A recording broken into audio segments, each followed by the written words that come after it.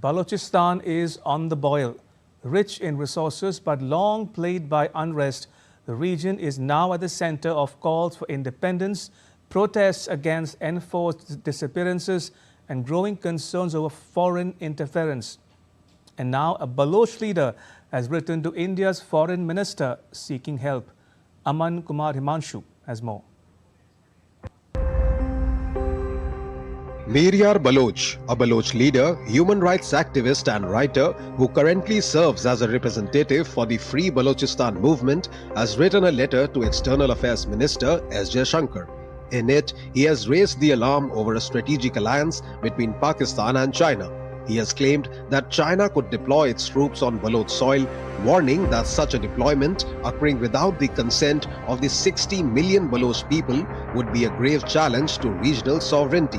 He has sought India's support and intervention in this regard. A central concern raised by him in the letter is the so-called China-Pakistan Economic Corridor. It is part of Chinese President Xi Jinping's Belt and Road Initiative that passes through Balochistan. Balochistan's Gwadar Port, which overlooks the Arabian Sea, is one element of the project. The port attracted the attention of China because of its strategic location and direct access to the Indian Ocean region. It gives China the potential to set up naval facilities along the Balochistan coast, providing safe refueling and repair points for ships. The China-Pakistan Economic Corridor was meant to bring development to the region, but locals felt left out and ignored, leading to feelings of neglect and oppression, all of which has fueled resentment among the Baloch that their voices are not being heard, both nationally and internationally. India has long opposed the China-Pakistan Economic Corridor because it passes through Pakistan-occupied Jammu and Kashmir, which India views as a violation of its sovereignty and security. Mir Yar Baloch painted a grim picture of life under Pakistani control. He alleged that Balochistan has endured 79 years of state occupation, state-sponsored terrorism, and egregious human rights atrocities. He argued that the time has come to eradicate the festering affliction to ensure lasting peace and sovereignty. Mahrang Baloch is another Baloch activist. She is in her early 30s, a medical doctor and a face of Baloch struggle. Mahrang Baloch heads the Baloch Yagjeti Committee. It is a human rights movement that was set up in 2020.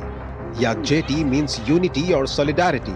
In July 2024, the BYC organized a national gathering called the Baloch Raji Muchi in Gwadar.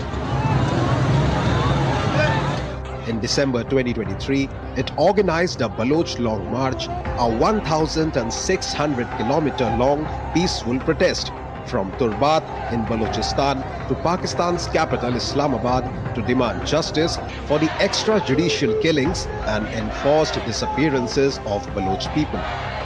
400 Baloch protesters, half of them women and children, held a month-long sit-in outside the National Press Club of Islamabad to demand justice for their missing and murdered family members.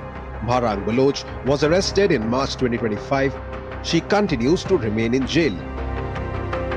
Mehran Marri is another Baloch activist. He lives in the UK. Marri voices a similar statement. He says that the Baloch live a life of indignity and humiliation every day at the hands of the Punjabis. Marri says that Pakistan's Punjabi elite supports Chinese activity in Balochistan, even though the China-Pakistan Economic Corridor does more harm than good to the local Baloch population. He says that it's like setting up a chocolate factory in Gaza and expecting it to work amidst war and terror. Clearly, the story of the Baloch is a story of people who have been systematically, clinically, and brazenly exploited and discriminated against, tortured by Pakistan's Punjabi army, and looted by China's communists. Balochistan is a land where anti-Punjabi, anti-Pakistan, and anti-China sentiments converge. Balochistan is home to major China-led projects such as a port and a gold and copper mine. China has invested $65 billion in the China-Pakistan Economic Corridor that passes through Balochistan and terminates at the Gwadar Port. The Chinese have also monopolized fishing in the area. The Baloch have other grievances too. Balochistan is the largest province of Pakistan. It forms about 45% of Pakistan's total area. It is the richest province in terms of mineral wealth, but it is the least developed of the 4 provinces that Pakistan has come to occupy. Balochistan lags in education, employment and economic development. It has the lowest per capita income in the country. The irony is that Balochistan contributes heavily to Pakistan's GDP but does not get a fair share of revenue. The region is home to mining projects. For instance, the Reko Dik mine is famous for its gold and copper reserves.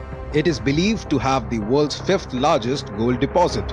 Baloch groups have been fighting in vain for decades for a larger share in the regional wealth of mines and minerals, denied by the Pakistani government. Then there is the issue of enforced disappearances. The counter-terrorist department of the government is accused of carrying out abductions and arbitrary killings. Locals say that the department is notorious for its so-called death squads. They claim that what is happening to them is a genocide under the guise of targeted killings. In 2016, Prime Minister Narendra Modi had brought up the freedom struggle of Balochistan in his Independence Day address from the ramparts of Red Fort in New Delhi.